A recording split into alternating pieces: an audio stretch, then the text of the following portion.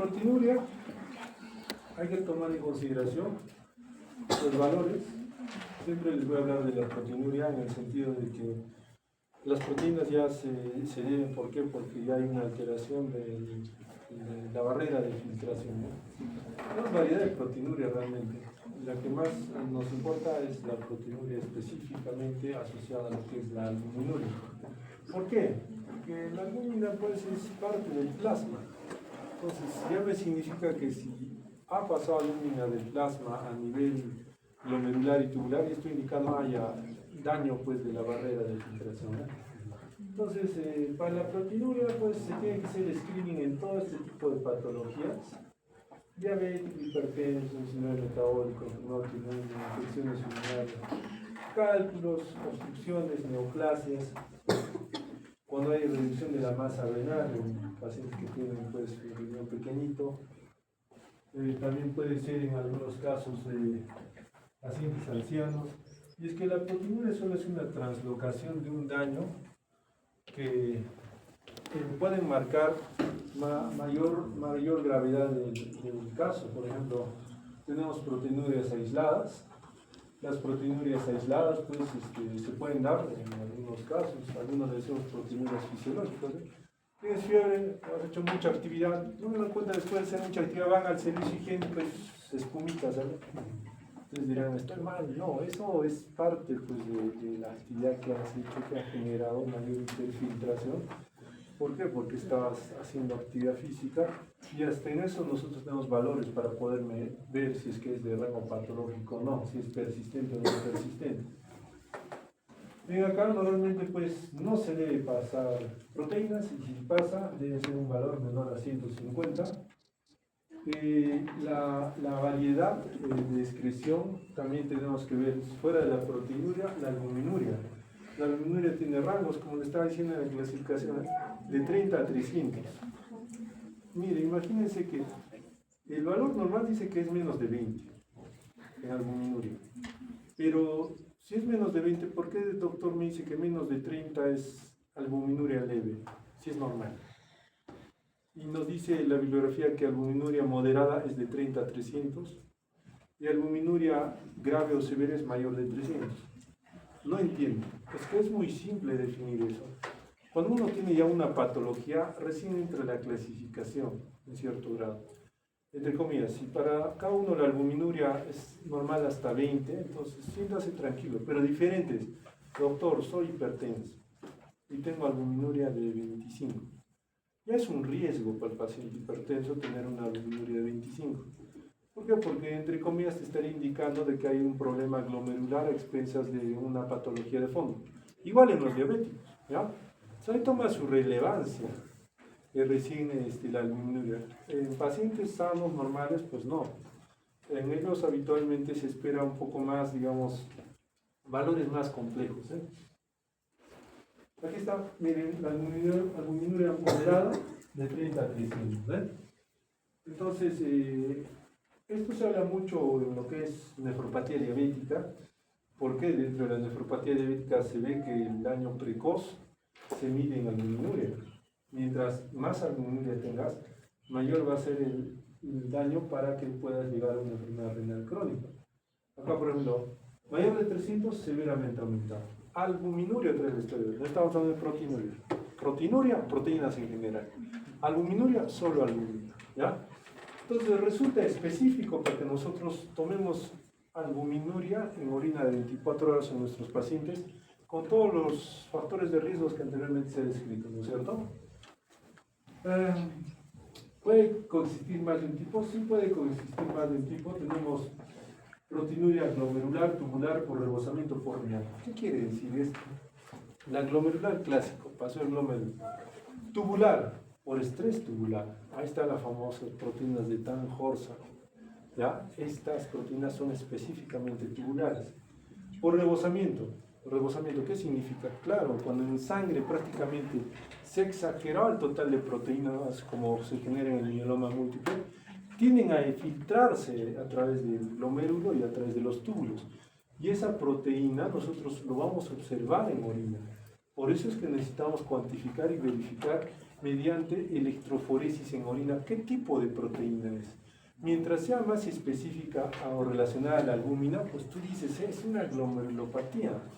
Mientras es más específica a otras, puede ser de tipo tubular o por sobrecarga a nivel sanguíneo, como es el caso de gammapatías monoclonales, y estás tú mismo dando el diagnóstico, ¿no es cierto?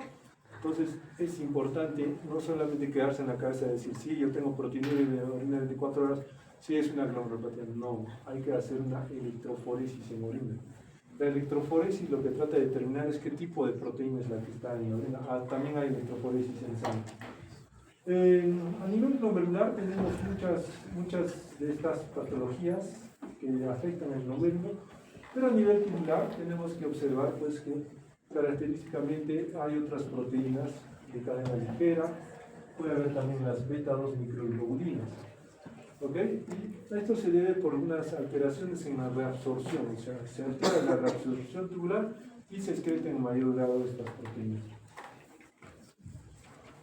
Por rebosamiento, como les decía, sobreproducción de proteínas, cadenas ligeras en el mieloma múltiple, mioglobinas en raboniólisis, hemoglobina en hemólisis.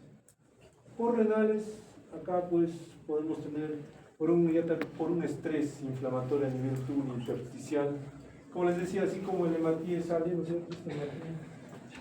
Así como el hematíe sale por un problema intersticial, en las neuropatías intersticiales, igual pueden pasar los leucocitos, ¿ya?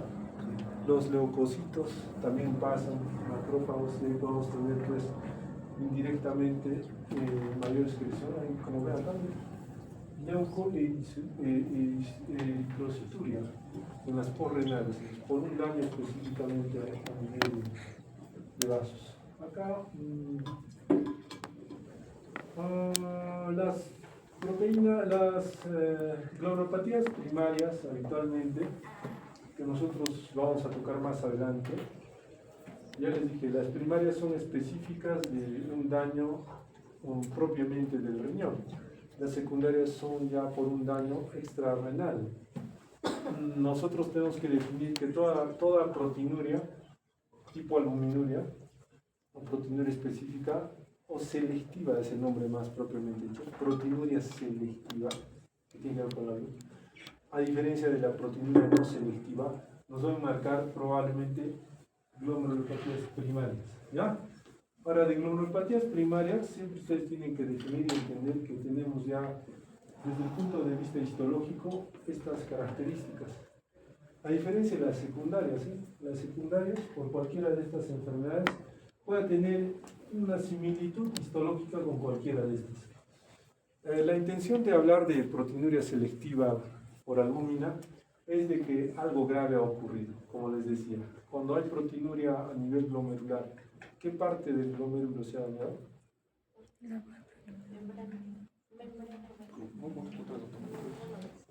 Cuando hay proteinuria, ¿qué parte del glomérulo se ha dañado? La barrera. ¿Qué más? El endotelio. Membrana basal, podocitos, y el otro es las células endoteliales. Las tres capas. La barrera. Las tres barreras, ¿no? Células endoteliales, membrana basal y podocitos. Fíjense que cuando nosotros estuvimos observando y viendo pues, lo que es la barrera de filtración, ¿no es cierto? Primero, células endoteliales, membrana basal y podocitos. células epiteliales, ¿ya? Y de las células epiteliales nos importa mucho lo que es las células epiteliales viscerales o parietales. Aló, en clase, sí. No.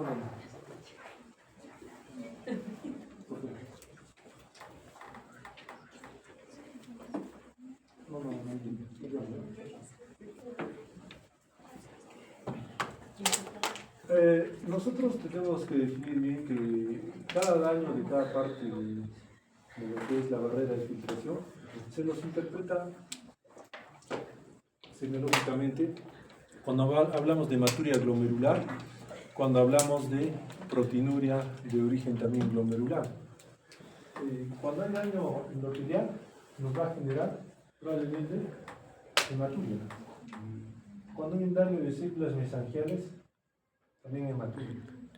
La diferencia está que la hematuria glomerular o daño endotelial va a ser más evidente, más severa que una hematuria pues prácticamente leve, que nos da por daño de células mesangiales. Asimismo, cuando hablamos de proteinuria, tenemos que definir que el daño de proteinuria o es las células epiteliales que son los podocitos, o es la membrana basal. Cuando es una proteinuria leve, es por daño de membrana basal. Cuando es una proteinuria de rango nefrótico, es un daño de podocitos. ¿Por qué tenemos que diferenciar bien eso? Porque a veces los síndromes nefróticos que vamos a tomar en cuenta se presentan en gran variedad. Es más, ahora se habla de espectro nefrótico. ¿Qué es un espectro nefrótico? Es cuando no cumple tal vez lo que son los requisitos de un síndrome nefrótico, pero ya nos enmarca que hay alguna característica, algún criterio de síndrome nefrótico. En el síndrome nefrótico, nosotros, como les decía, tenemos que primeramente ver algunas cosas.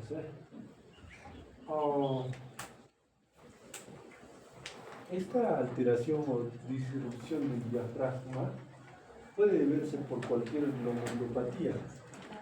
Y esta alteración o estas glomerulopatías se enmarcan en el síndrome nefrótico, proteinuria, o el síndrome nefrítico, que es hematuria.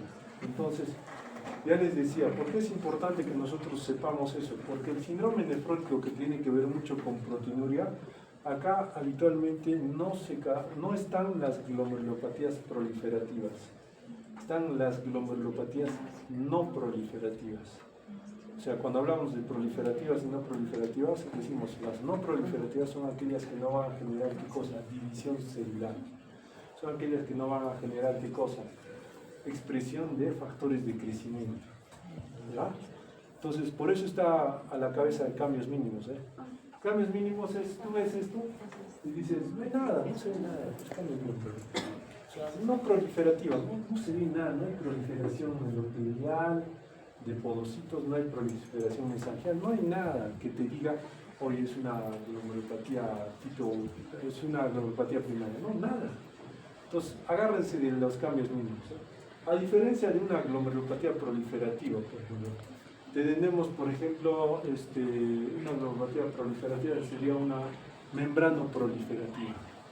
¿Qué pasa en este caso? La parte tanto membranosa y la parte endotelial empiezan a generar proliferación y las células endoteliales empiezan a generar proliferación y crecimiento de la membrana basal, hasta ruptura de la membrana basal. La membrana basal se rompe como un muro, ¡pah!, se rompe y deja pasar de todo.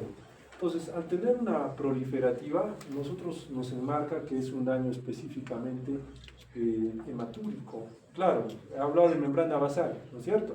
También va a haber proteinuria, ¿ya? Claro, no va a haber un rango tal vez nefrótico a gran escala, pero sí va a haber. Característicamente, nosotros dentro de nefrología, a ustedes de pregrado les damos esos dos grandes síndromes, nefrótico y nefrítico, solamente con la idea de tratar de diferenciar las patologías glomerulares. Pero ahorita en el mundo de la nefrología no manda si es nefrótico o nefrítico, te guía, pero no manda. Lo que manda son los cambios histopatológicos que se dan en cualquiera de estas partes. Me dejo explicar. Cuando yo veo, pues, ya no solamente células, veo acá la célula endotelial, la membrana basal, veo la célula epitelial, veo la célula mesangial. Cuando yo veo, digo, ¿qué acá? O sea, pero de pronto veo que solamente prolifera mesangio, Histopatológicamente digo, es una glomerulopatía mesangial. ¿Se dan cuenta? Entonces, cuando tú hablas de glomerulopatía mesangial, entonces indirectamente tú dices, el mesangio está dañado, va a ser hematuria. Estás hablando de un nefrítico. ¿Se dan cuenta? Ya, pero de pronto digo, ¿sabes qué? Mira, he visto que solo la membrana basal se ha aumentado de tamaño, pero no hay otra alteración. Entonces, la membrana basal está aumentada de tamaño. Eso me va a generar proteinuria. Probablemente sea un nefrótropo. O sea, es más o menos como para guiarnos, porque la catalogación de glomerulopatías es bárbara, es mucha la clasificación, son varios tipos histopatológicos, que lo único que van a hacer ustedes es confundirlos. Pero de esto aprovecharemos de este gráfico, que nosotros por lo menos tenemos que entender, que ven este podocito, ¿ve? Se desprende. Ven acá, una apoptosis, se mueve. ¿Ya? ¿Qué más acá?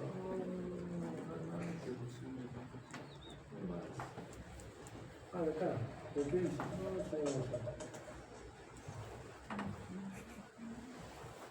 Antes, algunos pequeños términos, por ejemplo. Hipercelularidad glomerular. Lo que les decía, ¿qué estamos hablando? De las glomerulopatías proliferativas. Asociado a glomerulopatías inflamatorias. Son las peores, son las más severas, ¿ya? Donde hay una proliferación endocapilar. Término quiero que escuchen. Endocapilar. De las células endoteliales. A partir de células mesangiales y endoteliales. Ya. Proliferación endocapilar. Para que se recuerden, miren. Acá está en el gráfico, sino que no lo mismo. ¿Ve? Endotelio y mesangial. Proliferación, división, ¿se dan cuenta? Hematuria. ¿Ya? Es que les tengo que explicar así para que más o menos entiendan. Miren, como es un proceso, una glomerulopatía proliferativa, como es una glomerulopatía inflamatoria, miren lo que dice. Infiltración de leucocitos, proliferación extracapilar a partir del epitelio parietal. Ustedes dirán, doctor, ¿dónde está eso? ¿Cómo se come? Esto que ven acá son las células epiteliales parietales, pared, que forman la cápsula de Bonjour. Muy bien, entonces, doctor, solamente cuando nosotros nos dicen existe proliferación endocapilar a partir de células mesangiales y endoteliales, pero también hay una proliferación extracapilar, extra, fuera, capilar. ¿Quién está afuera? Las células epiteliales parietales. Ahí nos habla, doctor, de lo que es hipercelularidad glomerular asociado a procesos de glomerulopatías inflamatorias, o lo que propiamente se dice glomerulopatías proliferativas. ¿Se dan cuenta? Lo que les decía a ustedes, cuando hay una proliferación celular extracapilar, ¿qué ocurre? Crece, ¿qué forma? Semilunia. ¿A quién aplasta? Al glomérulo. Entonces, desde ese punto es malo. Hematuria, proceso inflamatorio, glomerulopatía proliferativa,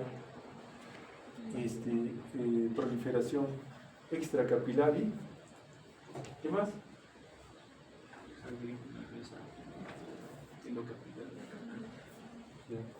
Entonces, hay que agarrar un poco de esos términos, ¿ya? Este es un mecanismo de lesión. Es un mecanismo. Ahora, cuando nosotros hablamos alteraciones de la membrana basal, ¿qué pasa? La membrana basal que está acá empieza a crecer, ¿ya?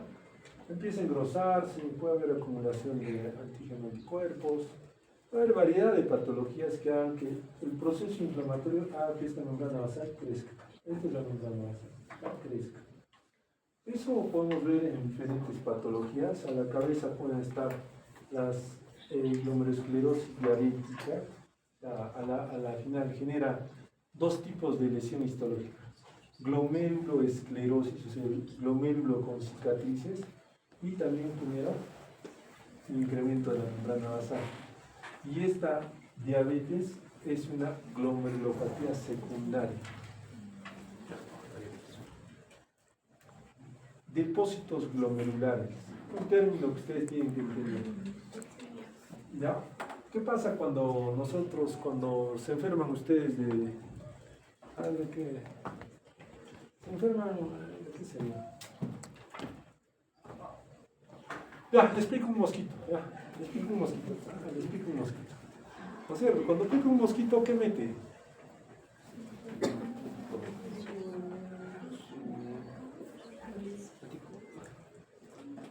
Se junta la sangre tuya con la saliva del mosquito. ¿Ya? Pero en la saliva del mosquito, ¿qué había antes? Primero hay su saliva que actúa como un antígeno. Segundo, habrá picado a alguien más, ¿no es cierto? Habrá restos de otras células. Entonces, todo lo que venga de afuera se llama antígeno. ¿Ya? Este antígeno, pues, habitualmente circula por la sangre, pero nuestro cuerpo se defiende, pues, de un modo. Va a un anticuerpo, agarra el antígeno, y una vez que lo agarra el antígeno, dice, no te voy a soltar. ¿Por qué? Porque necesito que las otras células te reconozcan y te eliminen. Entonces, esta unión de antígeno-anticuerpo, ¿ya? Se llama complejo inmune. ¿Ok? Pero ¿por qué existen complejos inmunes? Es muy simple, para que nuestro sistema inmunológico pueda reconocer cosas extrañas y pueda eliminarlas. ¿Ok? Así es como actúa. Lo mismo, entra un parásito, ustedes están diciendo que usted si come al lado de la tía veneno, es lógico, su parásito va a tener. Entra un parásito y ¿qué ocurre? Es lo mismo. Parásito está en tu intestino, ¿qué ocurre? Igual salen las células de la defensa, lo agarran al parásito, se unen a él. ¿Para qué? Para que vengan otras células y lo traten de destrozar, ¿no es cierto? Es la idea, ¿ya? Pero a nivel plasmático o sanguíneo, nosotros pues se nos maneja con complejos inmunes. Entonces un complejo inmune, que es formado por un antígeno y un anticuerpo, específicamente pues dentro de un sistema inmunológico normal, es de que lo reconozca el antígeno, venga a nuestra pichana, ¿no es cierto?, nuestros macrófagos, nuestros leucocitos, agarren el resto celular o el resto bacteriano o viral, agarren y lo fagociten y lo maten. ¿Ya? Pero eso es pues bueno, bueno, pero ¿qué pasa cuando los complejos, ya digamos al día se formaron 50 complejos, tu sistema inmune dice, maten a los inmunes. Pero ¿qué pasa cuando hay hartos complejos inmunes? 1 millón. ¿Qué pasa? 1 millón de... Exagerado. Y el sistema inmunológico dice, ok, te reconozco, ven célula, digiérelo así, ya empieza. Pero dice, oye, ya no tengo ¿quién más? Ya nadie más puede matar o puede reciclar todo esto. Entonces ahí se forman depósitos. ¿Ya? Ahí se forman depósitos cuando exacerban los complejos, los depósitos. Y es lógico que cuando ustedes han visto la estructura que se les ha mostrado acá, los complejos antígeno-anticuerpo, complejos inmunes van a estar en la luz vascular. Y si hay en exceso, ¿qué va a pasar? Se van a acumular en esta luz capilar. ¿Ya? Y pueden hasta atravesar y acumularse acá, en la membrana basal.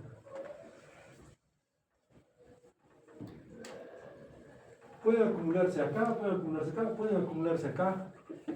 Pueden acumularse en cualquier lugar, los complejos inmunes. Por eso es que cuando nosotros estamos hablando de este término depósitos glomerulares, no solamente podemos tener pues que estos depósitos de antígeno, anticuerpos sean restos bacterianos, celulares. Acuérdense que tenemos los famosos DAMs y los famosos PAMs, proteínas asociadas a daño y proteínas asociadas a peligro, ¿no es cierto? ¿Ya? ¿Cuál de ellos es bacteriano o viral? ¿Las asociadas a daño o asociadas a peligro? Peligro. Will Robinson. ¿Cuál? Cuando tenemos proteínas asociadas a daño y a peligro, tenemos que entender que no solamente tenemos antígenos exógenos. Antígeno es algo que viene de tu cuerpo. No, es algo que no es propio de tu cuerpo. ¿Ya? O a eso se llaman antígenos exógenos. Antígenos endógenos es algo que es propio de tu cuerpo. Durante el día, cuando ustedes piensan, analizan, aunque sea muy poco, pero piensan, tienen que entender que se forman sustancias de desecho. O sea, hoy día, digamos, uno de tus hematíes cumple sus 120 días. Se muere. Cuando se muere, hay restos de membrana, hay restos de núcleo, hay restos de ribosoma. A esos le llamamos antígenos endógenos. ¿Ya? Entonces, esos antígenos endógenos igual van a formar antígeno-anticuerpos, complejos inmunes. Lo mismo ocurre con algunos materiales, como son lípidos, amiloides, material fibrilar, cadenas ligeras, material de fibrina. Todo eso va a generar prácticamente, imagínense, cuando ustedes ponen su cernidor, lo ciernen, su jugo, ¿qué se queda encima? Grueso. Entonces, igual actúa nuestro riñón, específicamente por la membrana de filtración, puede pasar el plasma, pero ¿qué se queda afuera? Lo más grosso, esos complejos inmunes que van a generar depósitos. Y esos depósitos justamente van a generar un estado inflamatorio. Por eso se dan depósitos a nivel glomerular. ¿Ya? Ahora tenemos cambios vasculares. Todo en el riñón son vasos. Hay arteriolas capilares. Puede haber fenómenos de edema, congestión hemorrágica, necrosis, trombosis y embolismo glomerular. En el sentido de que, por ejemplo, acá,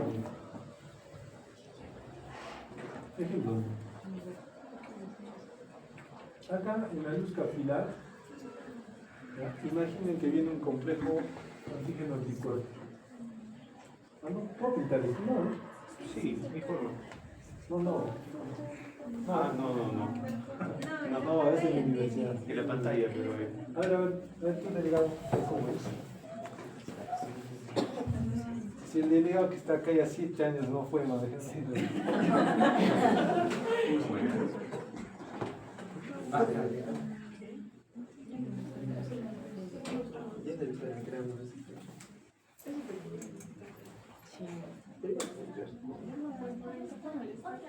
Aquí no.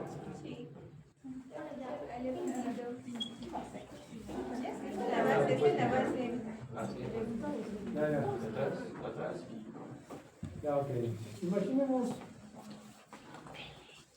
que complejos inmunes se ocultan, se pegan, se adhieren al epitelio. ¿Qué es lo que va a ocurrir? Lo primero que ocurre. Van a generar un proceso inflamatorio. ¿No es cierto? ¿Y qué es lo que acá hay? ¿Dónde está el cambio? ¿Qué cosa hay acá? Neutrófilos.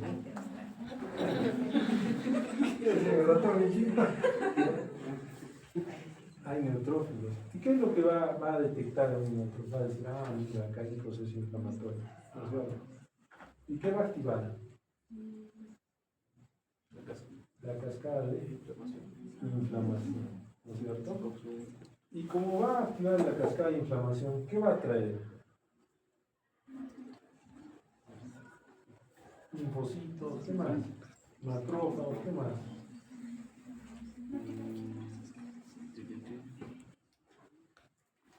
Todas tus células que probablemente tengan que contener un estado inflamatorio.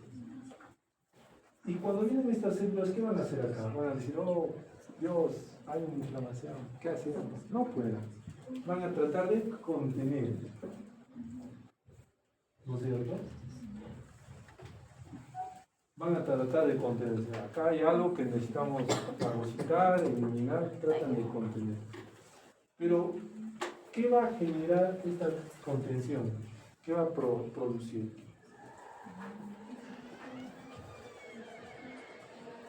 Mayor inflamación.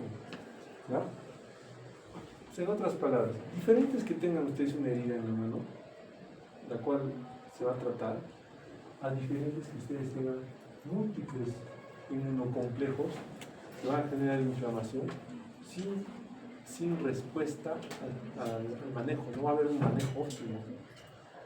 Cuando nosotros tenemos esto, inmunocomplejos, característicamente hablamos de lupus. ¿El lupus qué genera? No genera dos, tres, sistémicamente genera. Ya les dije, acá es como un pequeño filtro que va a contener a estos inmunocomplejos, porque son muy grandes, no van a poder pasar nuestra barrera de filtración. Ahí es donde se empieza a generar pues lo que se dice, proliferación. Se empieza a ver proliferación a este nivel, empieza a haber proliferación mesangial y prácticamente todo es un charco. Ahí es donde se presenta la hematuria, ahí es donde prácticamente pasan los hematíes a través de lo que es la barrera de filtración. Y en algunos casos se rompe acá. Se rompe.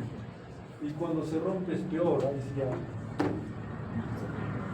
entran proteínas, leucocitema, caos de células. Por eso es que la respuesta pues, de la célula parietal es el parche. No, mira, ya está afectando este lugar. ¿Qué cosa voy a hacer? Se activan los factores de... ¿Factores de qué?